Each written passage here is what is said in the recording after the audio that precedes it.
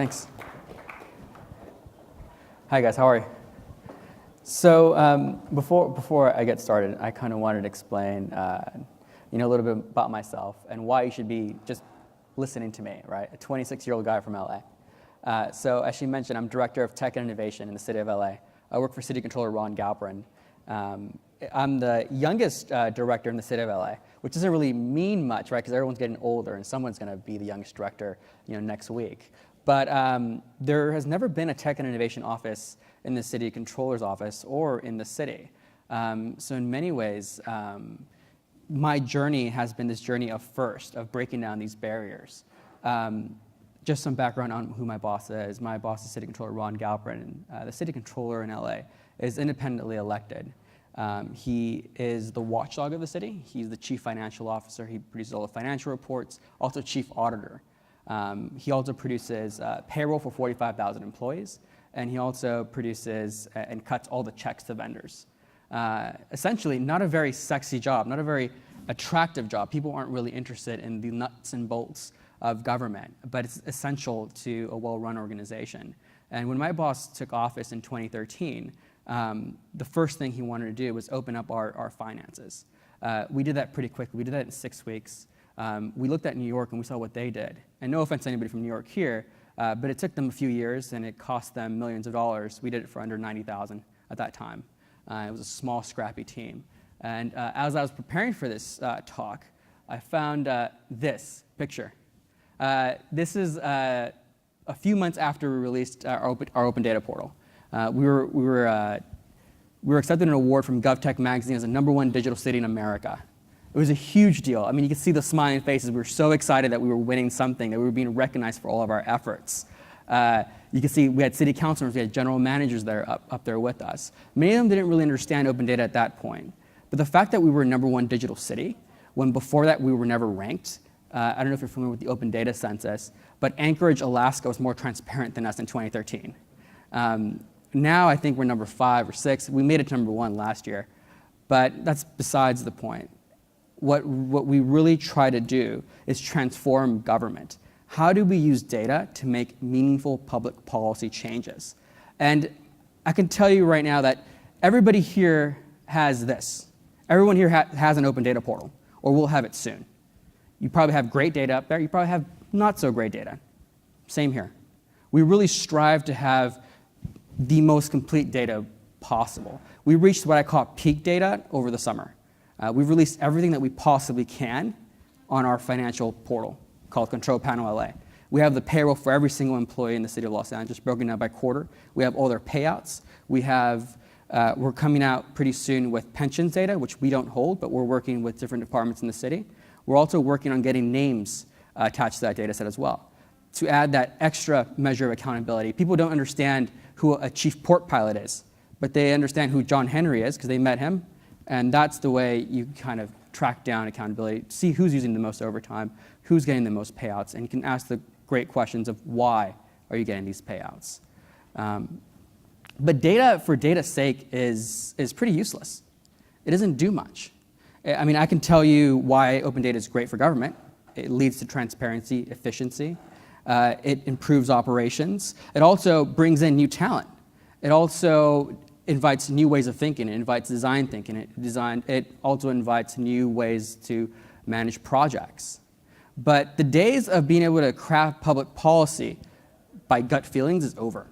And that's where I think LA has found that secret sauce. We found that secret spot, that spot that works for the controller's office. We're using our functions that are charter mandated to produce payroll, to produce the financial reports of the city, to make audits and make recommendations, to call them as we see them. And we're using data to impact smarter public policy.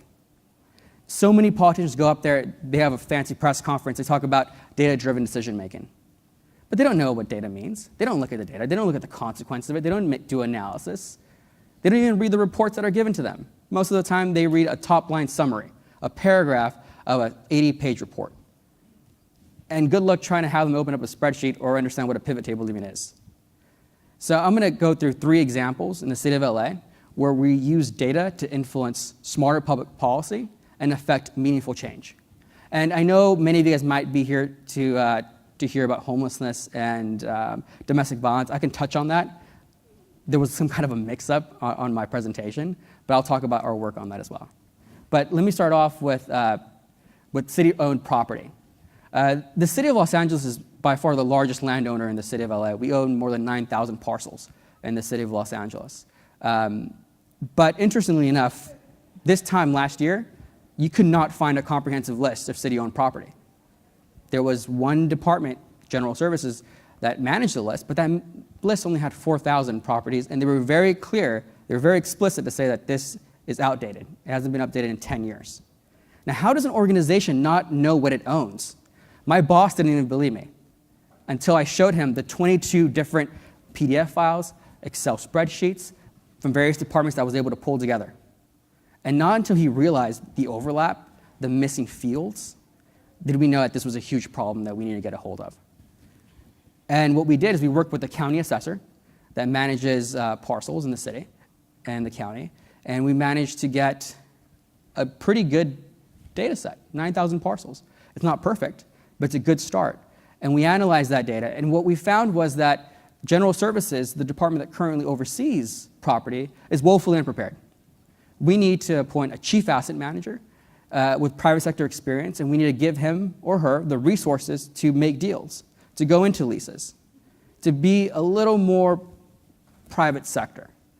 Public employees have no place really making these real estate decisions because they're so bogged down by bureaucracy.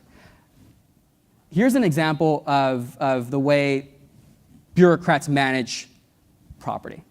This is 17,000 acres in Palmdale.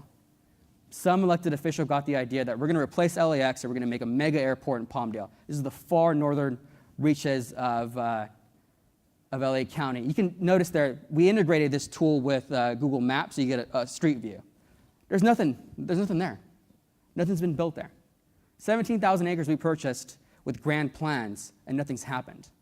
Bureaucrats look at this and they say, well, we had plans, we're going to wait and see. We've been waiting and seeing for nearly 50 years. And what we've said is that with some more private sector thinking, with a chief asset manager, we can do some smart things that some entrepreneurial departments have already started to do. Here's a great example. Down by the waterfront in San Pedro in Los Angeles, this is the Warner Grand Theater. Beautiful Art Deco movie palace. 5 years ago, it was an empty space, collecting dust. We entered into an agreement with a nonprofit that's focused on arts and cultural events. They were able to privately fundraise money to revamp it, to clean it up, get a new paint job, and there are now monthly events there. There's ballet, there's art museums off to the foyers. It's a beautiful space, and it's been revitalized with just a little bit of entrepreneurial thinking. And that's the kind of thing that we want to see in the city, and that's the kind of thing we're working on. Here's another example. The city of LA has plenty of city-owned parking lots. 20 years ago, we needed senior housing. And one thing that our department on aging, wonderful idea. We could sell the air rights to this parking lot and build senior housing above it. You can maintain the parking lot, which council members love to have. They love saying that there's plenty of parking in your district, but we can also have housing for seniors. That was much needed in the late 80s. This is the kind of entrepreneurial thinking that we need. This is the kind of public policy ideas that data can inform. Here's another example. How do you take a large organization, in this case the nation's second largest airport, LAX, how do you get them to buy into data? We use the opportunity of an audit and a new general manager of the airports to create a blueprint for them. What we did, we worked with many of their staff members, and we created a set of performance metrics, 400 metrics, to make sure that LAX is better run. And when we met with these folks, some of them didn't even know that they were the second to last worst ranked airport in the country, right behind LaGuardia, which if you've ever been to LaGuardia, it's a sad place. And to have LAX down there, it's pathetic. But they had no idea that we were known by J.D. Power. They had some customer service satisfaction ratings, and we were way down to the bottom. They thought they were doing a great job. That's now performance metrics that they have to improve on. We also added things that can empower citizens to impact the operations of the airport. This is a real-time map of noise near the airport. If you ever live near an airport, it's very loud. But when you're a constituent and you live a mile down the airport and you go to a meeting with your council member or with staff from the airport, and you tell them it's very loud, I can't get some sleep, I have kids, it wakes up my kids, they look at you, well, that's not true. We redirected some flights, I'm not sure if you're correct. With this, you can actually tell them the decibel level outside of my home was 80 decibels, as loud as a jackhammer. You're telling me that you can't redirect flights? This is also a performance metric that the airport is looking into, and they are actively redirecting flights. And they're also using this data to cut down on delays. If you've ever had a delay in LAX, not because of snow, it never snows in LA, but the reason why, and this was something we found in the data, is Airbus has a new superjet, humongous plane. I think it fits nearly 1,100 passengers. And it does 12 flights from Australia to LAX. And when this huge Airbus lands at LAX, we need to close down 2 runways. So our runways aren't wide enough for this plane. That's the main source of delays at LAX. Whenever you have this Australian Airbus from Qantas come in, we have to back everything up, and it's a domino effect. So how do we use data to reduce delays and improve the customer experience? That's another example of data influencing smarter public policy and doing true data-driven decision-making. Here's a third of my favorite example. This is very recent. It was recent, also very difficult. We did an analysis of parking tickets in the city of LA. The city of LA issues nearly 2.5 million tickets a year. And I'm sure everyone here, especially if you work for a municipal government, know that ticket revenue is something that bureaucrats, especially budget bureaucrats and folks who work on financial matters, say that tickets are a vital source of revenue, and we need to protect them. And many of them would advocate for higher ticket fines. We went in here because many elected officials were thinking that were stating that parking tickets were unjust. They were too high. We need to lower them.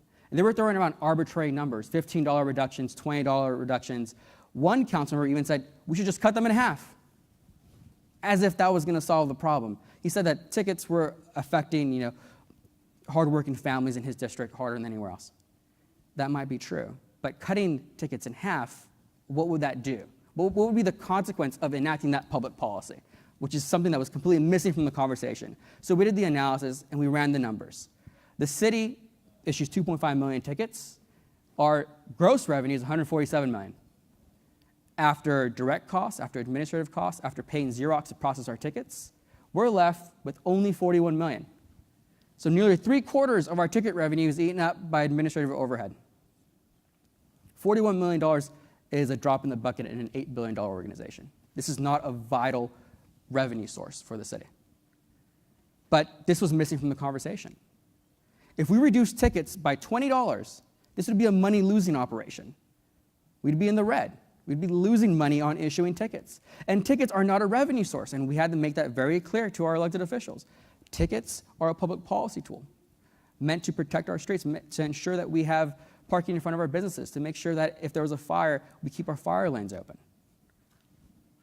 And we also use the opportunity to influence our policymakers to embrace new technology. On this cell phone, we have the MyLA 311 app. It's an incredible app. You're able to report potholes, report graffiti. Many cities have this now. We've talked to the Bureau of Sanitation that runs our street sweepers to install GPS devices, and they've already installed them. They installed them last month. But what we're calling on is for them to connect those GPS devices to the 311 app, so you can get a notification when the street sweeper is going to pass, and a notification that you're able to park as soon as it passes. So you're no longer having to move your vehicle early in the morning, no longer having to leave that spot vacant for 2 hours or 3 hours until the sweeper passes.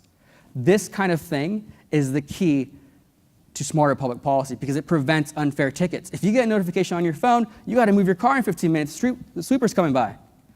You got a warning. If you get a ticket, it's really your fault, not unfair. Same thing with parking meters. How do you get a notification on your phone letting you know that you're almost out of time? How can you add more time on your phone to the meter? And this is things that we already have. Every single parking meter in the city of LA is smart. It just hasn't been connected to the internet.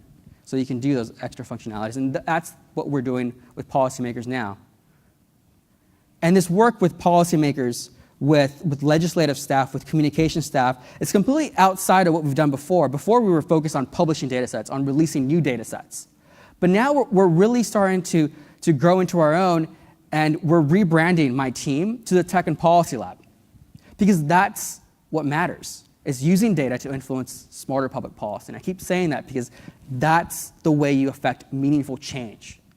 That's the way that you get government to be smarter about consequences of their decisions. And what's really strange, and I should have mentioned this at the very beginning, I'm a political science major from the University of Oregon. I'm a political animal. I love campaigning. That's what I do. For me to find myself in open data, and the reason why I'm standing here, the reason why I'm a director is because of open data, is completely astonishing. Yes, I could do pivot tables, I could run analysis, and I love Socrata, and Socrata makes it so easy for me to publish data sets and release new data. But the missing piece was everything I learned in campaigns, everything I learned in politics, everything I learned in communications. How do you tell stories? How do you sell this to legislators? How do you make data sets into policy, into new ordinances, new regulations, new laws, or change laws? That's what we're doing here in LA. This is a toolkit that we're releasing, in part because what is also missing is other cities doing what we're doing.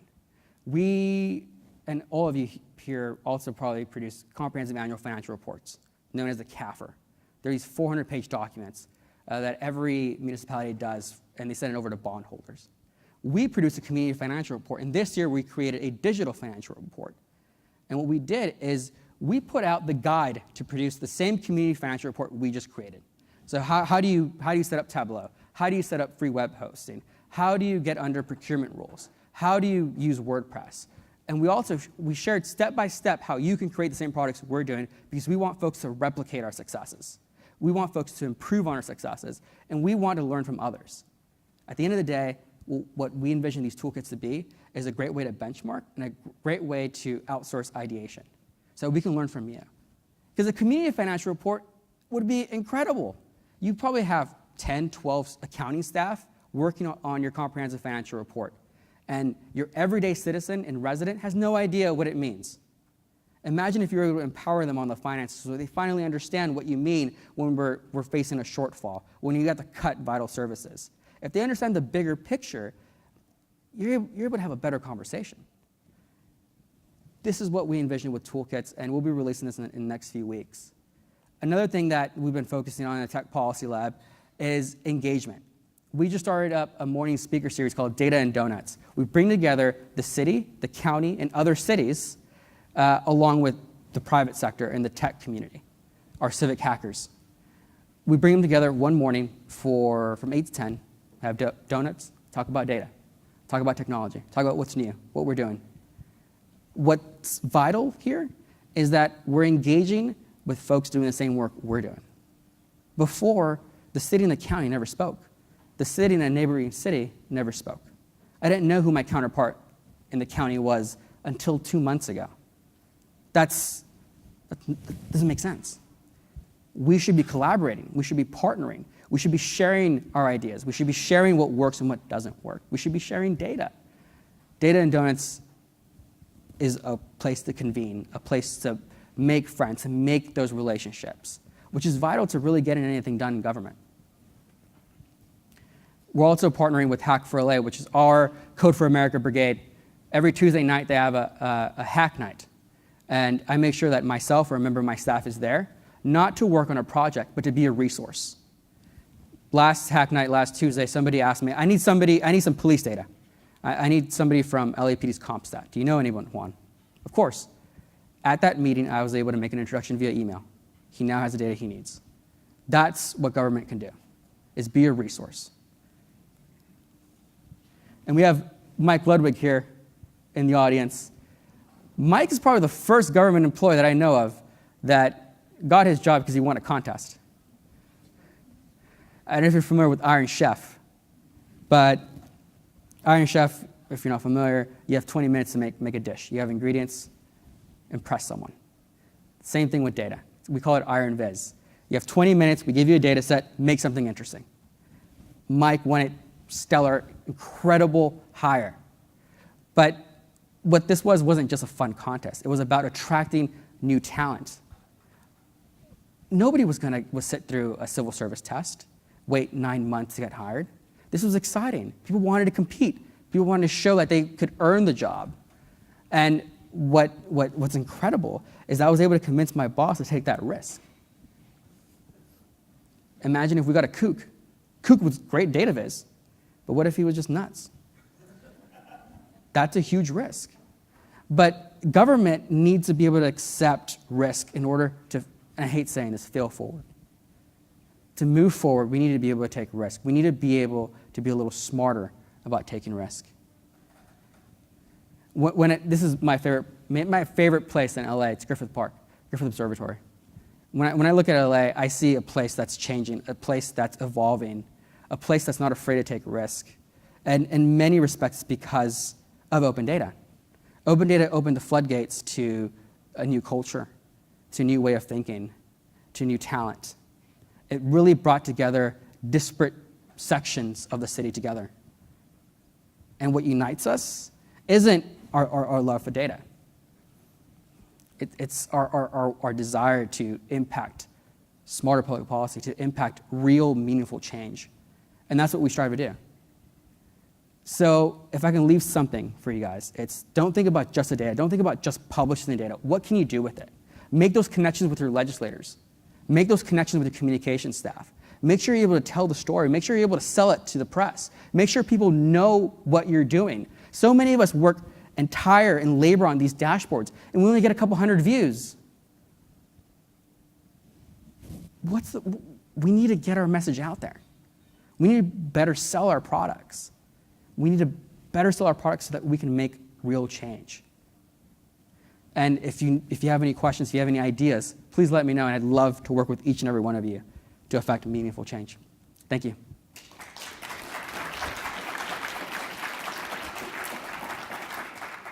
And if you guys have any questions, I have a few minutes. Yeah.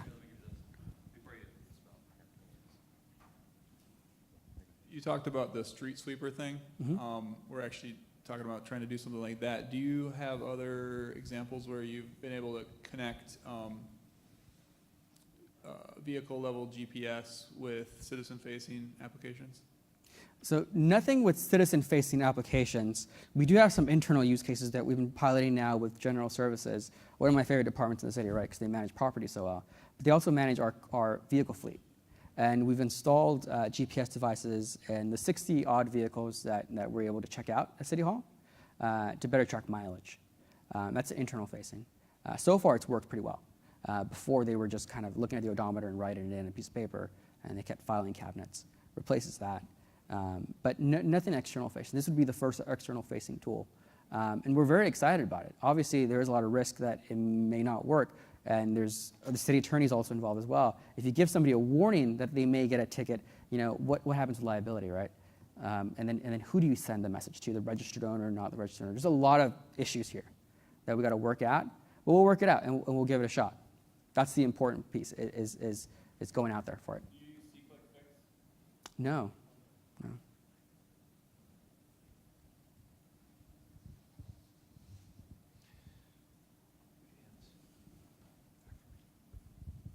Hi. Hi. If you were able to go back in time when you didn't have so many data sets published, would you have done something differently or things differently? Because I think you said that you published a lot of data sets and then you started to focus, you meaning Los Angeles, started to focus on telling stories and using the data for good purposes. So would you have done something differently if you were in charge of things back then when you didn't have so many data sets? If I could go back to the day where we won that #1 digital government award and we were up there with the city council and we were smiling and happy that we released data in the first place, yeah, I would have. I would have sat down with the city council members and explained to them what open data means and how they can use it to influence their agenda, right? I think for a long time we were so focused on publishing data, on getting new data sets out there, on the goals of transparency and accountability, which are laudable goals. But at the end of the day, I mean, did it really make an impact in our communities? No. I think that was a missed opportunity. And I'm glad that we figured this out now. I'm glad we're doing it now. But it would have been great to have that 2-year head start.